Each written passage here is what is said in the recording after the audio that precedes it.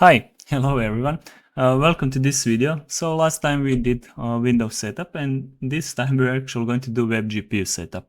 So we're not going to render anything to a screen yet, and basically we're going to have an empty window, but we kind of need to do this setup steps for WebGPU, and with low level being so hard, it actually has some steps to it. It's nothing too hard, but it might take a while. So what do we need to do today? We kind of want to create an instance, and we're going to get to what the instance is. We need to create a surface, adapter, device, and device is our main interface for most of the WebGPU stuff. And then we just need to configure surface, and we need to configure how do we present it to a screen. So I'm just going to go to slides first, and then we're going to start with the code. So instance in WebGPU, it's just first thing that we're going to create with our WebGPU API. Its primary use is just to create other objects, mainly adapter and surface. And if you ever did JavaScript and WebGPU or any other JavaScript transpile language like TypeScript, you probably know instance by the GPU. And yeah, you can access it in JavaScript by just asking, okay, GPU, and that's it. So further, we need to discuss device, surface. So I have this description of a surface, but actually just think of it as when we create a window, right? Whatever it is, it's window on Linux, Mac, Windows. It kind of needs to provide a surface to which we can draw. And that's what the surface is. So it says here it represents a platform-specific surface onto which rendered images may be presented. Exactly. We just draw to it. In JavaScript, again, you might know it as canvas context. When you say canvas get context WebGPU, and that's the surface that you draw to in JavaScript. So for those of you who already know WebGPU from the point of JavaScript, it's kind of same thing. Then we're going to have adapter. So it's just a handle to our GPU. In this case, whatever, your NVIDIA device, AMD device, it's basically a handle to it. And we mainly use it just to request a device later on. With C#, when we request adapter, we can paste some parameters that's going to say, okay, for the backend, use Vulkan, use direct text, use metal, whatever, right? So we're just going to get it and then use it further down the road to actually get the device. Device is our main interface to the GPU. It's kind of open connection to GPU itself, so to your actual hardware, right? So you can think of it as that, just interface to actually well, it's kind of an interface with which you can basically create tasks for your GPU to perform. It's mostly going to be some rendering. You could also use it to compute, so it doesn't have to be specifically rendering. You can just like use your GPU to basically do image processing, maybe for AI acceleration, stuff like that. We request it with adapter. It's not super important. Then after that, we just need to configure our surface, and that's going to be our last thing that we're going to do today. So basically what we need to do with the surface is just describe the surface, how it is used, what is its format, what its size, how do we present it to the screen. So usually how it is used, it will be just render attachment. It has to be render attachment. That means it's surface that can be presented to the screen. What is it for? What is its format, right? It can be either red, green, blue. It can be sorted like that, but it can be also other way around, blue, green, and then red. So basically in JavaScript, so usually this format is, if you see code below, get preferred canvas format. In JavaScript, it was usually red, green, blue, alpha. With desktop systems and Windows, it's usually blue, green, red, alpha. So that's going to be the difference. What is its size? Basically, the size is just going to be size of our window. And how do we present it to the screen?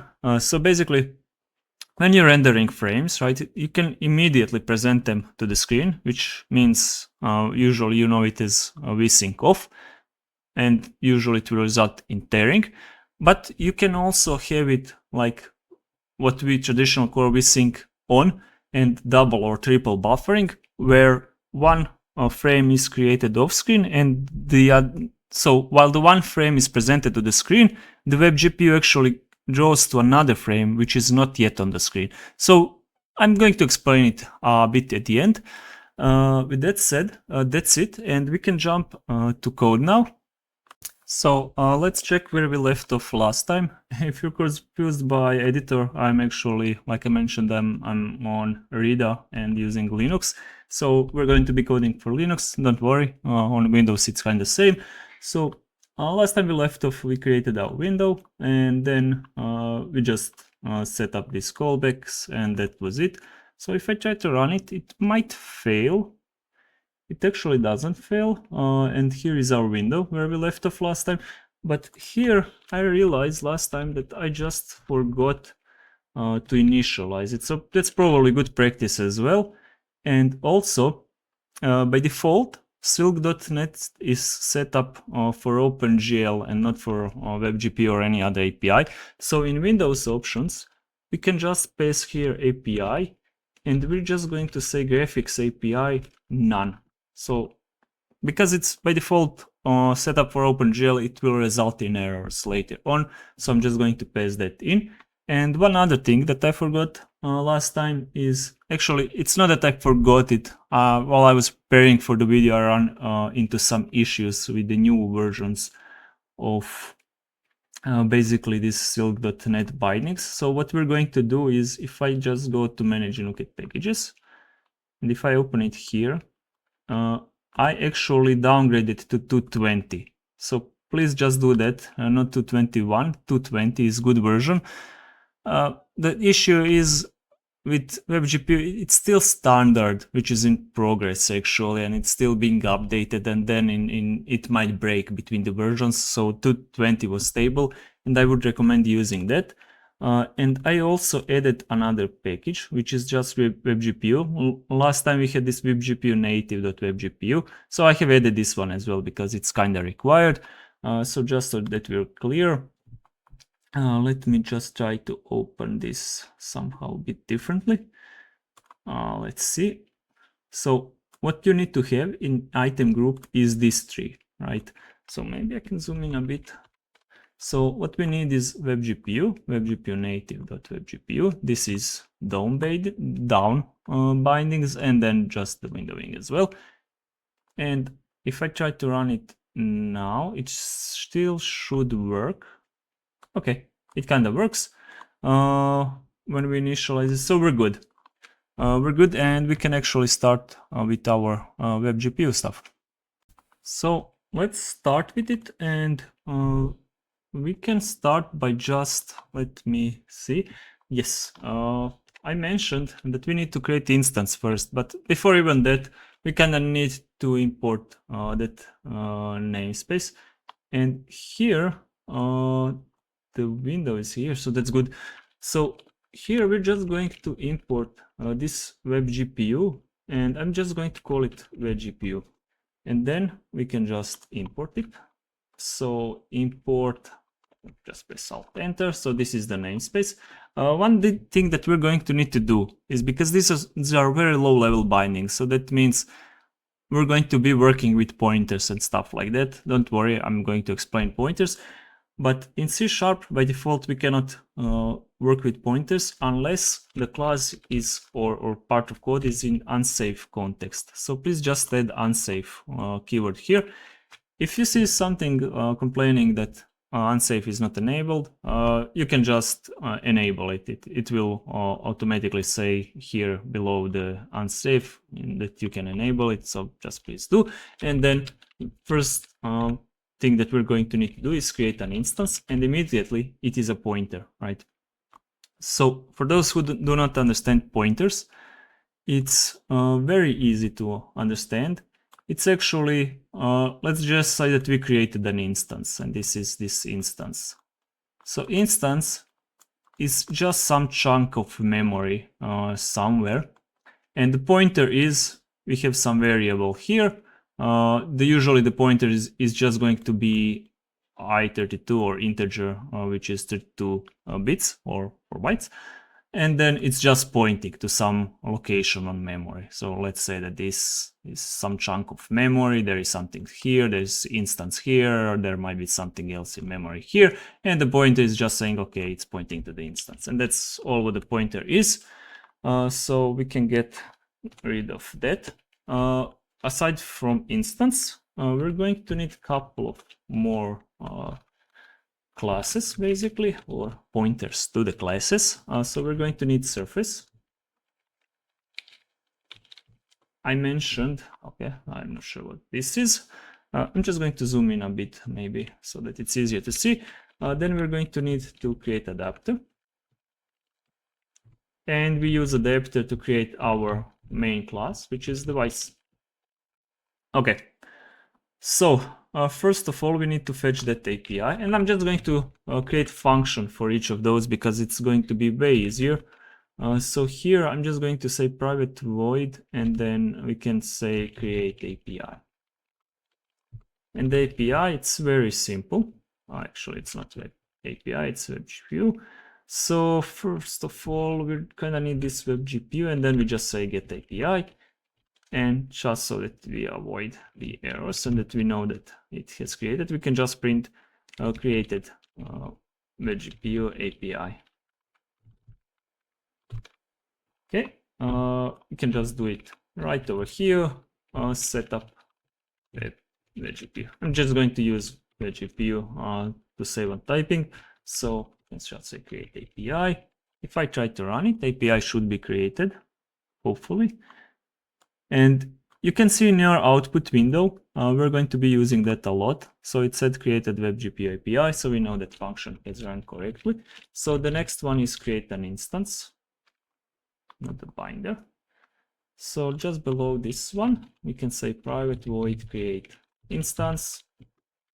This is going to be very simple as well. So we just use that Web API, WebGPU class, we say create instance, and then it takes instance descriptor. I think we can even pass now because it's not important here. So we can say created GPU instance.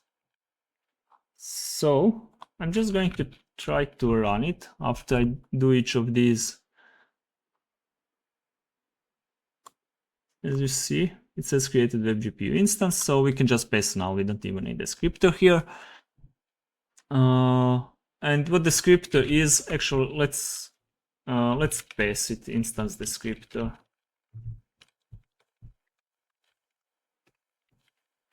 So descriptor is just class that will hold some parameters that we can pass in whenever we want to create something. So it's nothing spectacular. For instance, there isn't even anything that's relevant, so it can be just like this. It's fine. So next one is going to be private void create surface. And surface, the window provides the surface, and there is a handy method already available with our window, which is just create WebGPU surface. And here we need to pass in that API and that instance. So we need instance to create a surface and later on adapter, and that's it.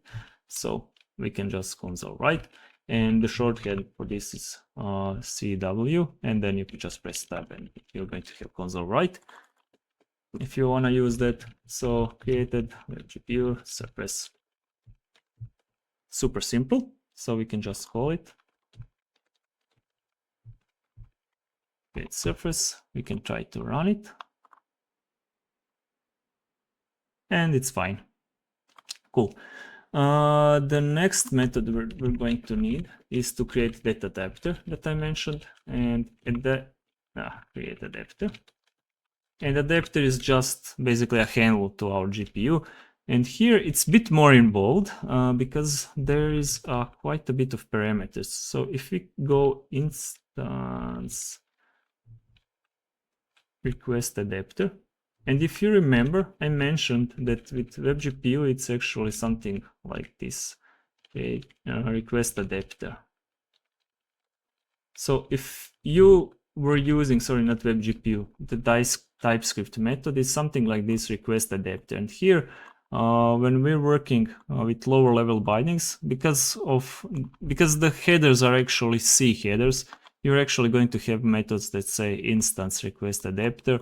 So these are just low level bindings to basically C, C++, Rust, whatever.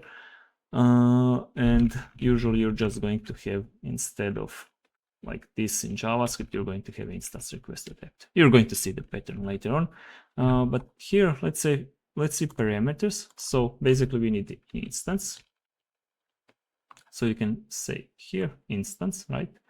And then we provide an instance, and then we need to request adapter. So we have request adapter options. So let's create that one.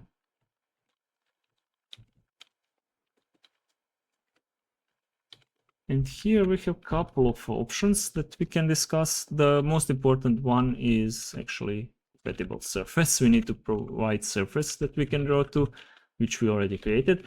The second most important one is backend type. And here, actually backend type, if you're on iOS, sorry, the macOS, you need to provide Metal, and I'm going to provide Vulkan for Linux. On Windows, you can additionally use DirectGD 12, maybe 11 as well, but Vulkan is quite safe bet. So I'll just use that, and then let's see another option.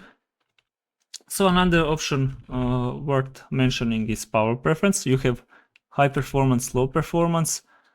So which one to use? Actually, if you're on desktop, it probably doesn't even matter, but when it matters is it's on laptops, because you might have integrated GPU and then the dedicated one. So usually it's some Intel integrated GPU, and then you might have NVIDIA or AMD GPU for a dedicated one. So you can use high performance. It will drain your battery quickly. But the performance is higher, and it's probably going to use that NVIDIA GPU or AMD one. Or you can use low power. It's actually on integrated GPU. Performance is not as great, but it does save battery life.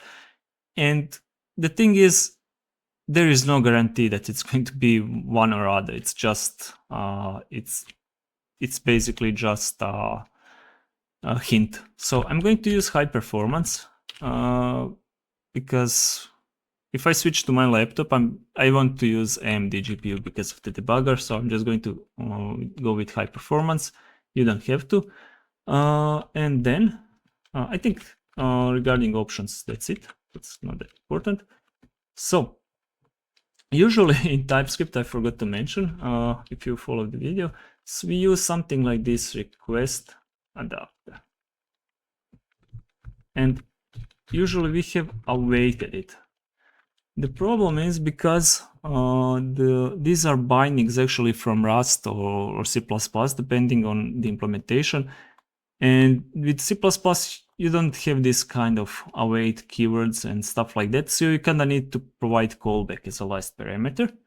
And here callback is called something like request adapter callback. And you can see parameter as last parameter here actually, right? Request adapter callback. So we need to provide it. I'm just going to call it callback. And then there are couples of ways to create it, and my favorite one is from, because here we can just provide delegate or another callback actually. And let's do that. So it's complaining because the parameters are not correct. So we can just check the parameters. If I go to type declaration, so the parameters are going to be, it says it right here. It's request adapter status. So it's just a status. Usually we want to check if it's a success adapter. So we get the pointer. This third parameter is just a pointer to some string. So we're just going to have to cast it to string from byte array. And this last type is called user parameter, and you can just use it to pass whatever data in. So first one is going to be status. Then we're going to have adapter. Then we're going to have message, and I'm just going to say pointer and then user data pointer, which is not that important to me. So I'm just going to break it to a new line. So you can say if our status is equal to what? Status.error. No, I don't care about it. I care about success. If it's so, I'm just going to recall this GPU adapter just to avoid confusion, because we had our adapter, right, globally, and then we can just assign it here. So basically we're assigning to this one here, and here we can just say yep, created WebGPU adapter, or better yet, retrieved. What else? If it's an error. So if it's an error, it's actually contained in this message pointer. The only problem is it's byte array. So we need to kind of cast it to a string or get a string from it. So we're just going to say here message. And we can use this Marshall. And then we can say pointer to string, right? And see. And we can just pass in message pointer. The only problem is it takes integer pointer. So we can probably cast it from byte pointer to integer pointer. And then say message pointer. It's complaining about this, but we can pass it to this type. And then it's good. And then we can just say error while retrieving. Apparently I cannot type WebGPU adapter, and then we can type that error in. So it's our message. I'm going to use this interpolate, and I think that's good. We just need to pass that callback in, and the last parameter we can just pass in now. So the last parameter is this one. So you can pass whatever data in, and then you can cast it in this method. I'm not going to do that, it's not that important. So I'm just going to say create adapter. And we can see here retrieved WebGPU adapter. So that's good. We're almost there. So we kind of need to create that device.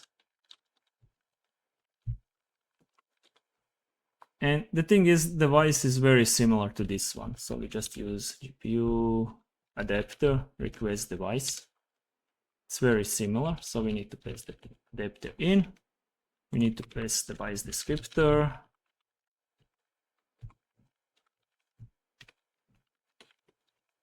Is there something important on device descriptor? Not for now, maybe in future. And then we need to create a callback, which is very similar to this one. So I'm just going to copy paste it. And then I'm just going to change this to request device callback. GPU device. We actually, this is now request device status. It's very similar. So I'm just going to be lazy and copy paste this stuff in. We can say this device. Actually, I prefer capital case here. Out for our device, and here as well. We need to paste the callback in, and then for last parameter we can just say null. So if you need help, here is the method once again. If you need to type something in, and we can just call here a device. So once again, I'm just going to run it, check if everything checks out, and retrieve the WebGPU device. Cool. So last step that we need to do is actually to configure that surface. And we have surface configuration. And then WebGPU configure surface configure. So we need to paste surface we created and then configuration. And here, I think it will complain. So this will be our first bug, sort of. But it's good because we're going to configure it. So if I just try to do this now, because we haven't configured anything, it will throw a bunch of errors. Invalid device for surface configuration, right? So the thing is with WebGPU, with these bindings, you actually kind of have validation, and it will throw everything into output console. So here, invalid device for surface configuration. If you see errors, you can check them here, and then you can just fix it here. So we didn't provide device, so we need to provide device. What are some other options? Width. So it's our window.size.x. We just need to cast it. It's different type.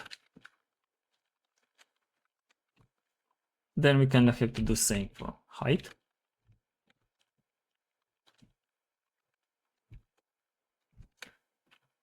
What else? If I try to run it, it will probably still fail. Invalid formats for surface configuration. That's all right. This is not super helpful, but we can try to format. So if you try to set up any format, for example, in TypeScript, when you configure canvas, one of the popular formats is this RGB8, so red, green, blue, alpha. If I try to set it up, it will still complain, right?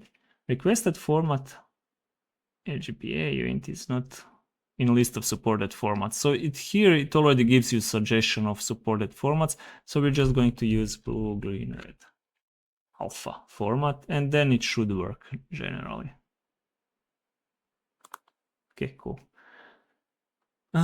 So our surface is configured. One last thing that I actually wanted to discuss here is this present mode. So I'm going to get back to it, but I'm just going to paste this in, and it stands for first in, first out. So I'm going to explain this a little bit later, but just leave it here. And then let's just try to do one last thing that I wanted to do before I conclude the coding part, which is just to configure some callback. And I'm just going to say here configure debug callback. And what we're going to do here is let me just check method device set. So this method device set and captured error callback. If your callback, if your error is not caught by WebGPU itself and outputted here, it will be called in this callback. So this is kind of important because you might have errors and you might not know what is happening without this callback, because it might just fail and you won't get any error. So you gonna configure this callback so that you can catch error and some information about it. So let's just do that. So the first parameter should be device, and then we have error callback. We're already used to this, right? And then from, and the parameters are error type, so type, message pointer, and then user data pointer, which is again not important. So I'm not sure why I added this. So we can just say here basically, where are you? We had already similar pattern here. I'm just going to use it, and I'm just going to say CV unhand WebGPU unhandled error callback, and then we're just going to pass in that message. So here, if we just get any error that we don't know what it is, it will be called that WebGPU cannot handle. It will actually be called here. So just please set it up. Let's try to do that. Configure debug callback. We need to paste the callback in, and that user data, once again, I don't care about. And I'm just going to say GPU I'm just going to call it debug callback configured. If I try to run it, it kind of works, which is cool. So one last thing that I want to do is, because we have just created these objects, we actually need kind of to dispose of them, because C# is not going to do that automatically, right? Remember, we're using pointers here. So we just kind of need to do the dispose of them. And in C#, pretty popular pattern is to implement this side disposable interface. So let's just implement that. So we can say public void dispose. It's something like destroy. And then I'm just going to destroy these 4 objects here. And first of all, we can just dispose of the surface. Sorry, the device. Device, destroy, and we pass in device. I think that should be fine. Okay. The second one is surface.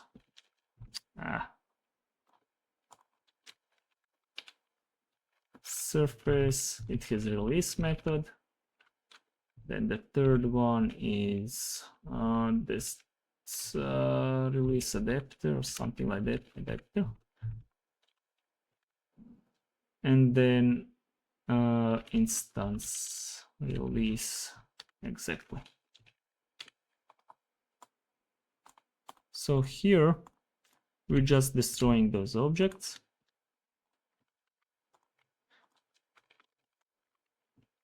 The GPU objects destroyed. Actually, you know what? I'm just going to do this. Something goes wrong, so that I know that it went wrong. Destroy.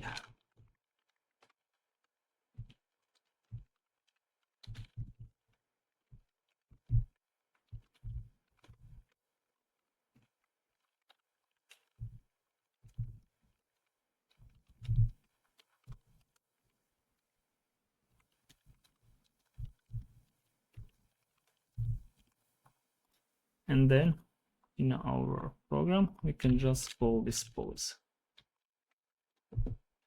If I try to run it now, let's try that. Okay, everything's configured. If I quit the window, we get destroy messages. So we know that it works correctly.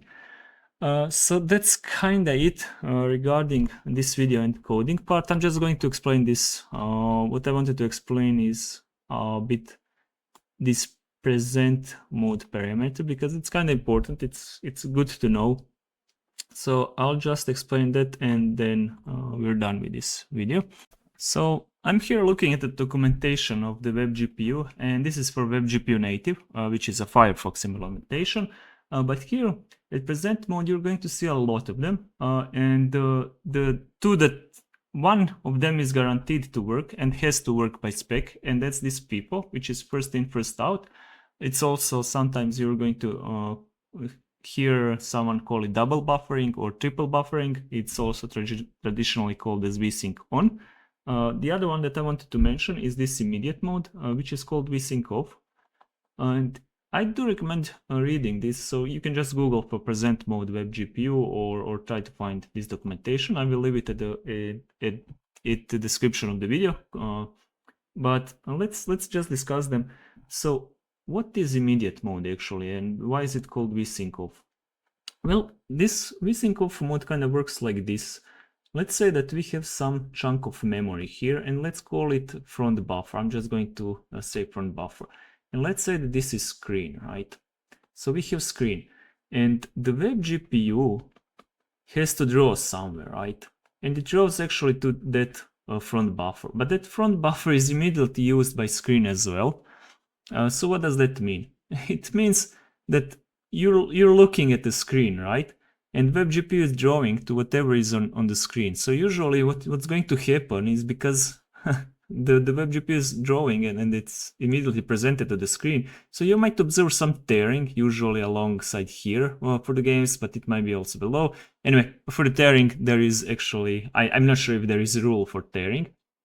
And that's kind of an issue, right? With the vsync off, you kind of get this tearing. You use one frame buffer to immediately draw to, right? So WebGPU draws to it, but it's immediately presented to screen as well. The positive side of it, it's like the frame rates can go way higher than usually. And the other mode that I wanted to mention, I mean, there is a lot of modes. I do just suggest reading that documentation. But the other popular mode actually uses two buffers, right? It has something called back buffer, and then it has something called front buffer, like the one above. And the thing is, and let's say that we have screen as well. The thing is, WebGPU actually WebGPU will actually draw to back buffer, but it has previously drawn to front buffer. Let's forget that for now. But the front buffer is actually presented to the screen right now. So what happens is when screen is done with the front buffer, it kind of pops it back to where the back buffer is, and then back buffer moves to front buffer. So what happens is screen has its own buffer, right? It has its own buffer, and WebGPU draws to its own buffer. Let's call this buffer 2, and this is 1, right? I'm saying 1 here as well because it's presenting this one, and WebGPU is actually drawing to 2. So it kind of just they flip the buffers around, right? One is always for the screen, the other one is for the WebGPU. When WebGPU is done with the drawing, it kinda moves it forward, and then this one is presented to the screen, right? Moves here and then moves here, and the one that moved here actually moves here. Why is it called vsync on? You might ask. Because it's actually the screen has this vertical blink period, which is called vsync, and vsync is usually 60 frames per second. Now it's popular 144. Depends on the screen, but when the vsync happens, then the back buffers are actually exchanged. And what might happen is if this frame is not yet done, right? If it's still being drawn to and it's not ready to be presented, it might have to wait for next vertical sync. So let's say your screen is 60 frames per second, can draw to 60 FPS. But if it doesn't, if this frame is actually not ready to be refreshed on this vsync, it has to wait for the next vsync, and therefore then your frame rate is going to be 30 FPS because it's still not ready to be presented. So that's kind of how it works. I know it's a bit complicated. This is not the best drawing, but that's why I would recommend maybe just reading through this documentation and trying to understand it. Next time I might show it with a debugger or something so that it's a bit easier to understand. With that said, we're done here actually for today's videos. So yeah, if you like the video, maybe like, subscribe, leave a comment. And next time we're going to be working on basically clearing our screen and that rendering loop. So yeah, that's it. Until next time.